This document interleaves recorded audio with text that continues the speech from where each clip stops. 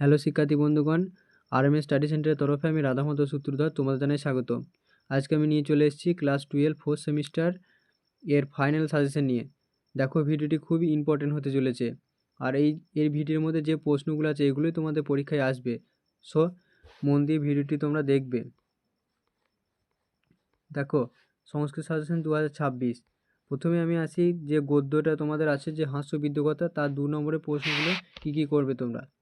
প্রথম প্রশ্ন হচ্ছে যে হাস্যবিদ্যকতা গল্পের রচয়িতার নাম কি, কোন গ্রন্থ থেকে নেওয়া হয়েছে। তারপরে প্রশ্ন করবে যে হাস্যবিদ্যকতা গল্পের রাজার নাম কি, তার রাজ্যের নাম কি ছিল। তারপরে করবে যে কতগুলো চোর কাদের হাতে ধরা পড়েছিল। তারপরে প্রশ্ন হচ্ছে যে মৃত্যু আসন্ন হলে কি করণীয়। চতুর্থ চোরের মহতী বিদ্যা কী ছিল। তারপরে দেখো যে সোনা চাষের পদ্ধতি কী ছিল। তারপরে দেখো যে হাস্যবিদ্যকতা গল্পটির উপদেশটি লেখো। তো চোরদের কেন রাজার নিকট উপস্থিত করানো হয়েছিল। তারপর দেখো যে চতুর্থ চোরের গুণগুলো লেখো। চতুর্থ চোরের কোন কথার সকলে হেসে উঠেছিল। তারপর দেখো যে তমেব কিং ন বপসি কে কাকে বলেছিলেন। তারপর সুবর্ণ বীজ বপনকারী সত্য কী ছিল। তারপর দেখো যে রাজা সোনার বীজ বপন করেনি কেন। তারপর দেখো যে সোনার বীজ কে তৈরি করেছিল এবং বীজের আকৃতি কেমন ছিল। তারপর সোনা চাষের জন্য কোথায় জমি প্রস্তুত করা হয়েছিল।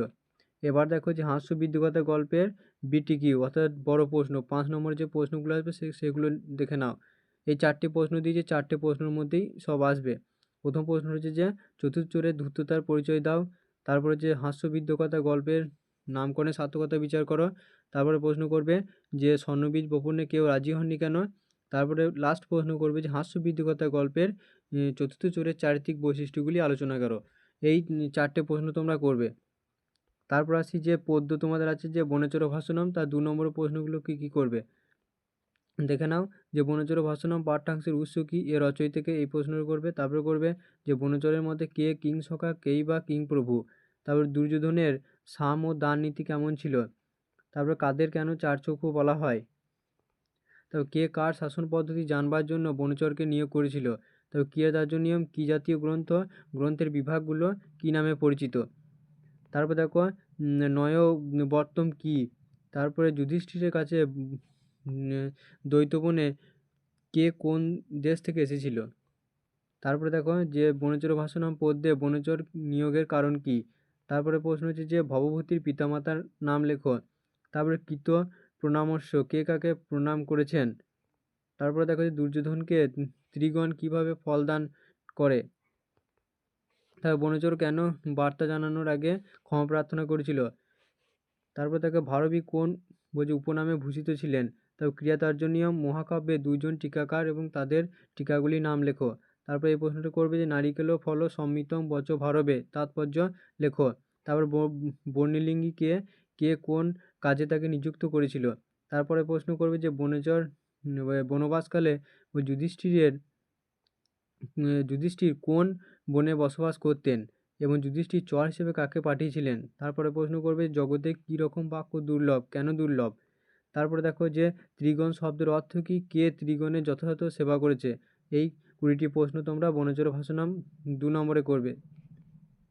তারপর দেখো বনেচর ভাষণমের বিটিকি অত বড় প্রশ্ন কী করবে 5 নম্বরের। যে তোমাদের এটা আমি 4টে প্রশ্ন দিয়েছি, এই 4টে প্রশ্ন ভালোভাবে রেডি করবে তোমরা, এর মধ্যেই কমন পাবে আশা করছি। হিতং মনোহারি চ দুর্লভং বচ উক্তিটি তাৎপর্য ব্যাখ্যা করো। তারপরে করবে যে যুধিষ্ঠিরের প্রতি বনেচরের বক্তব্যের সংক্ষিপ্ত সার লেখো। এটা যুধিষ্ঠির হবে। তারপর অথবা এরকম দিতে পারে প্রশ্নটা যে বনেচর ভাষণম পাঠ্যাংশে দুর্যোধনের রাজ্যশাসন বিষয়ে লেখো। তারপরে দেখো যে নারিকেল ফল সম্মিতং বচ ভারবে উক্তিটির যথার্থতা বিচার করো। তারপরে প্রশ্ন করবে যে বনেচর ভাষণম পাঠ্যাংশ অবলম্বনে বনেচর চরিত্রটি বর্ণনা করো। এই 4টি প্রশ্ন তোমরা করবে, 4টি ইম্পর্টেন্ট প্রশ্ন। তারপর আসি আমরা যে নাটক থেকে তোমরা কী করবে 2 নম্বরে দেখে নাও।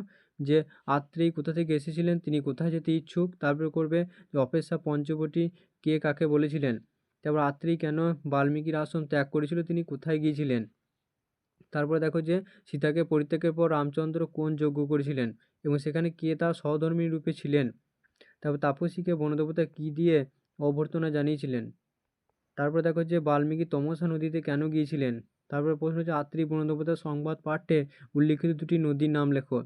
তারপরে দেখো যে মহাপুরুষের চরিত্র কী রূপ হয় এবং তপস্বীর আগমনকালে বনদেবতা প্রথমে কী বলেছিলেন? তারপরে প্রশ্ন দেখো যে উত্তর রামচরিতের মূল রস কী? নাটকটি কত অঙ্ক বিশিষ্ট? তারপরে দেখো যে বাল্মীকি কোন নদীতে স্নান করতে গিয়েছিলেন? বাল্মীকির অপর নাম কী? তারপরে দেখো যে আত্রি বনদেবতা সংবাদ নাট্যটি কে রচনা করেন এবং নাট্যটির উৎস কী? পাঠ্যে কাকে অপবাদ যুক্তা বলা হয়েছে এবং কারা তাকে অপবাদ দিয়েছিল? তারপর দেখো আত্রি কার কাছে কী অধ্যয়ন করতো? তার নাটকে বনদেবতা কে এবং তাপসী কে? লব ও কুশের প্রভাব বর্ণনা করো এবং অগস্ত্যাশ্রম যাওয়ার জন্য বনদেবী কী বলেছিল? এই 17টা প্রশ্ন তোমরা করবে 2 নম্বরে, এর মধ্যেই কমন আসবে। তারপর দেখো নাটক থেকে যে আত্রি বনদেবতার সংবাদ বড় প্রশ্ন 5 নম্বরে কী কী দিয়েছি তোমাদের দেখো 5টি প্রশ্ন দিয়েছে, 5টি প্রশ্নই ইম্পর্টেন্ট প্রশ্ন। এই 5টি প্রশ্ন তোমরা করবে, এর মধ্যে কমন পাবে একটি। তো আত্রি অগস্ত্য আশ্রমে যাওয়ার কারণ বর্ণনা করো, অথবা এরকম দিতে পারে যে আত্রি বাল্মীকির আশ্রম অধ্যয়নে কী কী বাধা ছিল। তারপরে এটা করবে যে আত্রি বনদেবতা সংবাদ পাঠ্যটির নামকরণের সার্থকতা বিচার করো। তারপরে এই প্রশ্ন করবে যে ভবভূতির রচনাশৈলী বিশ্লেষণ করো। তারপরে দেখো যে আত্রি বনদেবতা সংবাদ নাট্যে দৃষ্ট বনদেবতা বা বাসন্তীর চরিত্রটি আলোচনা করো। তারপর প্রশ্ন করবে যে আত্রি বনদেবতা সংবাদ নাট্যাংশে আত্রি ভূমিকা আলোচনা করো। এই যে 5টি প্রশ্ন খুবই ইম্পর্টেন্ট প্রশ্ন, এর 5টি প্রশ্নের মধ্যে একটি আসবে, তোমরা ভালো করে করবে। তারপরে দেখো যে তোমাদের ব্যাকরণ থেকে কী কী দিয়েছি দেখো যে প্রত্যয় থেকে প্রথমে দেখো যে সনন্ত ধাতু কী, তারপরে সন প্রত্যয়ের প্রয়োগ কখন হয়, স্ত্রী প্রত্যয় কাকে বলে উদাহরণ দাও, দুটি টাপ প্রত্যয়ান্ত স্ত্রীলিঙ্গ শব্দের উদাহরণ দাও। তারপরে দেখো সন প্রত্যয় যুক্ত হলে ধাতুর কী পরিবর্তন হয়, তারপর জিগীষতী এর বোধুৎপত্তি কী হবে, জঙ্গন্ত ধাতু কাকে বলে, গমনাত্মক ধাতুর উত্তর কোন অর্থে জং হয় উদাহরণ দাও। তারপর দেখো নির্যন্ত ধাতু কাকে বলে, পাণিনি মতে স্ত্রী প্রত্যয় কতগুলো, একটি স্ত্রী প্রত্যয়ের উদাহরণ দাও। সমাসে প্রতিশব্দ থাকলে কী রূপ হয়? তারপরে এক কথায় প্রকাশ করবে তোমরা আপতুম ইচ্ছতি, তারপর পুনঃ পুনঃ রোদতি, তারপর প্রত্যয় নিষ্পন্ন করো গায়ক প্লাস টাপ প্রত্যয়, তারপর প্রিয়বাদিন প্লাস নিপ প্রত্যয় কী হবে এগুলো। তারপর প্রত্যয় নিষ্পন্ন করো বাবদ্যতে, তারপর জাজল্যতে, জিজ্ঞাসতে, কথহিতি আর দিদিক্ষতে। এবার কারক থেকে দেখো কী কী দিয়েছি তোমাদের সাজেশন হিসেবে, সবগুলো কিন্তু মোস্ট ইম্পর্টেন্ট প্রশ্ন আমি যেগুলো আলোচনা করছি, তোমরা বারবার তোমাদের বলছি এগুলো ভালো করে রেডি করবে তোমরা। উচ্চাত্মক ধাতুর প্রয়োগে কোন কারক হয় উদাহরণ দাও। 2 নম্বর হচ্ছে যে সমুধন ও সম্বন্ধপদ কারক নয় কেন। তারপর দেখো যে ধ্রুবম পায়েহ পদানাম সূত্রটি ব্যাখ্যা করো। তারপরে এটা করবে যে যশোচ ভাবেন ভাবলক্ষণম ব্যাখ্যা করো সূত্রটি এটা। তারপর করবে কল্পি সম্পদ্যমানে চ ব্যাখ্যা করো, এই সূত্রটাও করবে। তারপর হচ্ছে বার্ণাত্মক ধাতুর প্রয়োগে অপাদান কারকের দুটি উদাহরণ লেখো। তারপর আচ ও আহি প্রত্যয়যুক্ত শব্দের প্রয়োগে পঞ্চমী বিভক্তি প্রয়োগ দেখাও। তারপর করবে যে বিভক্তি কাকে বলে। তারপর তুমুথাচ্চ ভাববচনাদ কোন বিভক্তি বিধায়ক সূত্র উদাহরণ দাও। তারপর বলছে ভুব প্রভব সূত্র দ্বারা কোন কারক হয় একটি উদাহরণ দাও। তারপরে এক জাতীয় বিষয়ের মধ্যে পার্থক্য নির্ধারণ বোঝালে কোন কোন বিভক্তি হয়। তারপরে প্রশ্ন করবে যে চতুর্থ বিভক্তি কখন হয়। তারপরে করে উদাহরণ দাও কর্মে পঞ্চমী এবং অধিকরণে পঞ্চমী। তারপর যে কর্মণা যমভিপ্রত স্বসম্প্রদানম, এই সূত্রটি ব্যাখ্যা করো, এটাও করবে। তারপর দেখো করবে যে কারক ও বিভক্তি নির্ণয় করো, এই 5টি করবে যে বিদ্যুৎ পুত্রস্য মাতা যোগাম। তারপর হচ্ছে দেবদত্ত যজ্ঞ দত্তায় শতং ধারয়তি। তারপর বাতায় কপিলা বিদ্যুৎ রামাত পৃথক। তারপরে করবে যে ধনাৎ বিদ্যা গড়েছি। তারপরে ব্যাকরণ থেকে বা সমাজ থেকে দেখে নয় কী কী করবে, যে সমাস কখন হয়, সমাজের সঙ্গে সন্ধির পার্থক্য কী, তারপরে কর্মধারয় সমাস কয় প্রকার ও কী কী, দ্বিগু সমাস কাকে বলে উদাহরণ দাও। তারপর ইতরেতর দ্বন্দ্ব সমাসের দুটি উদাহরণ দাও। তারপরে সমস্ত পদ কাকে বলে। তারপরে করবে যে বিগ্রহ বাক্য বা ব্যাস বাক্য কী। তারপরে দ্বন্দ্ব সমাসের চ শব্দের অর্থ কী কী। তারপর করবে যে ব্যতিকরণ বহুব্রীহি সমাস কী উদাহরণ দাও। তারপরে করবে যে কিংক্ষেপে উদাহরণ সহ অর্থ লেখো। তারপরে বহুব্রীহি সমাস কাকে বলে, কর্মধারয় সমাস কাকে বলে। এবার এগুলো করবে যে ব্যাস বাক্য সহ সমাস নির্ণয় করো, যে পঞ্চবটী, ত্রিলোকী, তারপরে ত্রিমুনি, পীতম্বর, পিতধবল, বীণাপাণি, নীলোৎপলম, অধন, তারপরে কৃতাকৃতম, মাতাপুত্রই, তারপর গন্তুকাম, ক্ষণজন্মা, পিতাপুত্রই, কিং রাজা, এইগুলো করবে সমাস, মানে ব্যাস বাক্যযুক্ত সমাস করবে এগুলো, এর মধ্যেই পড়বে সমাসের। এবার আসি তোমাদের যেটা মোস্ট ইম্পর্টেন্ট, যে সাহিত্যের ইতিহাস থেকে তোমরা কী কী করবে। এটা তোমাদের বেশি ভয়, দেখে নাও কী কী করবে। আমি অল্পই দিয়েছি, কিন্তু এগুলো তোমাদের করতে হবে, এই প্রশ্নগুলো, এগুলো না করলে মুশকিল আছে সাজেশন না পাওয়ার। তারপর দেখো প্রথমে আসি যে দণ্ডী এবং বাণভট্টের সাহিত্যকৃতি থেকে 2 নম্বরে কী কী করবে। এটা করে প্রথমে দেখো যে গদ্যকাব্য কয় ভাগে বিভক্ত উদাহরণ দাও। তারপর দণ্ডী রচিত সাহিত্যগুলির নাম লেখো। তারপর দশকুমার চরিত কোন শ্রেণীর কাব্য, কাব্যটির উৎস গ্রন্থের নাম কি। তারপরে দশকুমার চরিতের রচয়িতাকে, এর বিভাগ দুটির নাম কি কি, দশকুমার চরিতের বিষয়বস্তু কি। তারপর করবে যে বাণভট্টের পিতামাতার নাম লেখো। বাণভট্ট কয়টি গ্রন্থ রচনা করেন ও কী কী। হর্ষচরিত কার লেখা, সাহিত্যটি কোন শ্রেণীর। তারপর করবে চন্দ্রাপীর কার প্রতি প্রণয়াসক্ত হয় এবং কাদম্বরী শব্দের অর্থ কী। কাদম্বরী কোন শ্রেণীর কাব্য, কাব্যটিতে কয়টি বিভাগ আছে ও কী কী। কবি অনন্ত ভট্টের সংক্ষিপ্ত পরিচয় দাও। তারপর করবে যে সুখ পাখি ও রাজা শূদ্রক পূর্বজন্মে কী ছিলেন। তাহলে এইগুলো যে দণ্ডী এবং বাণভট্টের সাহিত্যকৃতি থেকে এই 12টা প্রশ্ন করবে। এবার আসি যে চম্পু কাব্য যে দুটো আছে, যে নলচম্পু এবং ভারতচম্পু, এখান থেকে তোমরা কটি প্রশ্ন করবে দেখে নাও। যে চম্পু শব্দের অর্থ কী, এর উৎপত্তি কোথায়। তবে চম্পু কাব্য কাকে বলে, চম্পু কাব্যের লক্ষণ প্রসঙ্গে দণ্ডী কী বলেছেন। তারপরে দেখো যে প্রাচীন চম্পু কাব্য কোনটি, গ্রন্থটির অপর নাম লেখো। তারপরে দেখো যে নলচম্পুর উৎস কী, নলচম্পুর লেখক কে, নলচম্পুর বিভাগগুলি কী নামে পরিচিত। তারপরে দেখো যে নলচম্পুর রচয়িতাকে, এর উচ্ছ্বাস কয়টি। রাজা নলের পিতামাতার নাম লেখো। তারপর দেখো নলচম্পু কাব্যের নায়ক ও নায়িকার নাম লেখো। তারপর দেখো নল কোন দেশের রাজা ছিলেন, তার পত্নীর নাম কি।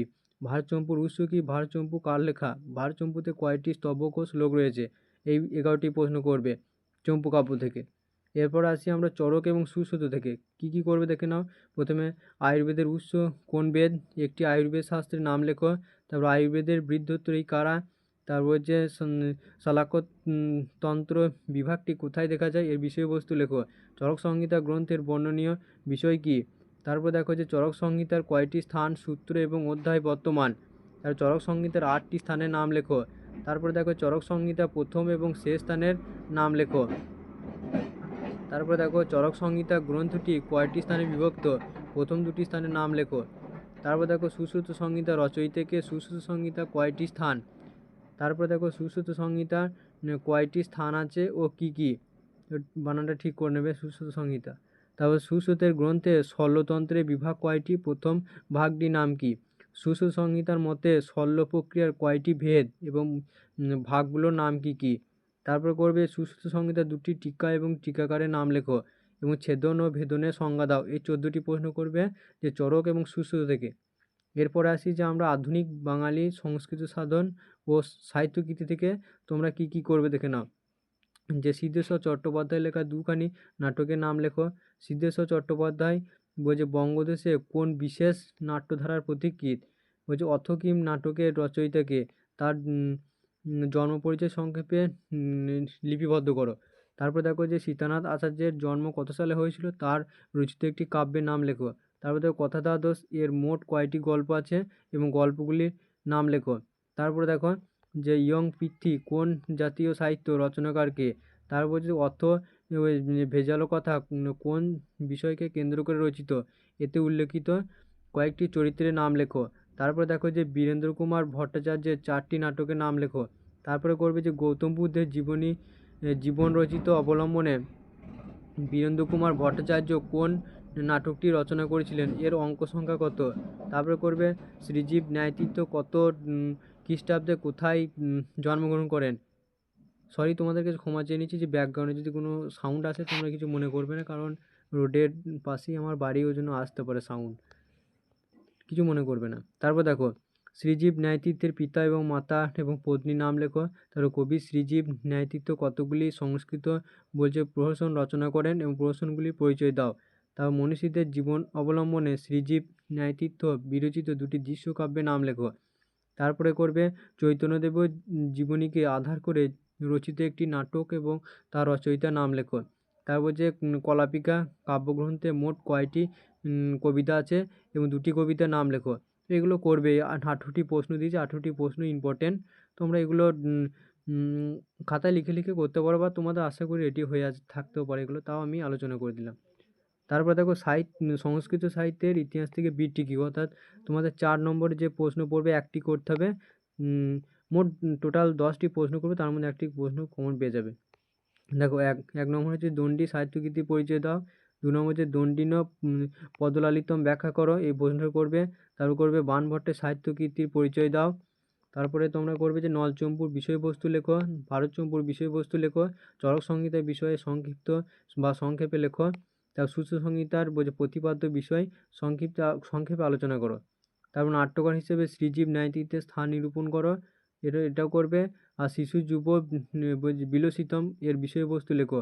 আর তারাপদ ভট্টাচার্যের বিরচিত 2টি সংস্কৃত গল্পের সংক্ষিপ্ত পরিচয় দাও। এই 10টি প্রশ্ন করবে, আশা করি তোমরা এই 10টির মধ্যে একটি কমন পেয়ে যাবে। বা আশা করছি এই 1 থেকে 7 অবধি তোমরা যদি করো, এর মধ্যেই একটা প্রশ্ন কমন তোমরা পেয়ে যাবে এগুলো। আর এগুলো যেগুলো আমি আলোচনা করলাম এগুলো সব মোস্ট ইম্পর্টেন্ট প্রশ্ন।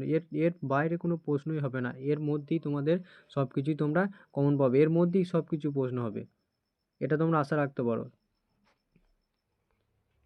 যদি ভিডিওটি ভালো লেগে থাকে প্লিজ লাইক শেয়ার এবং আরও বেশি করে শেয়ার করো ভিডিওটি, এবং আর সাবস্ক্রাইব করো তোমরা। আর যদি এই ভিডিওর যদি উত্তর যদি তোমরা পেতে চাও তাহলে এই নিচে দেওয়া হোয়াটসঅ্যাপ নাম্বারে তোমরা হাই লিখবে, আমি ফ্রি অফ কস্টে সমস্ত উত্তর সংস্কৃতে তোমাদেরকে প্রোভাইড করে দেবো। টাটা বন্ধুরা।